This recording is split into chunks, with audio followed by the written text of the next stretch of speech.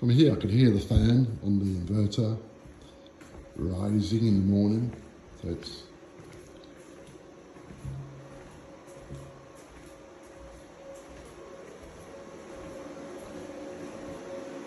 can you hear it?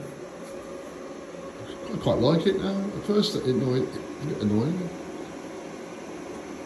But I didn't have enough battery really. So now every morning I've got this rising fan noise. Well, let's see what the watts are.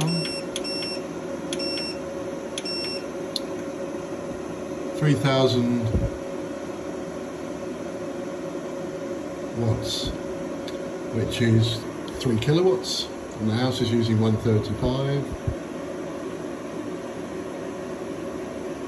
The battery says it's 50%, but it looks more than that to me.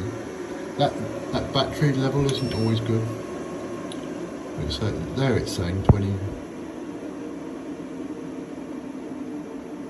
for the battery.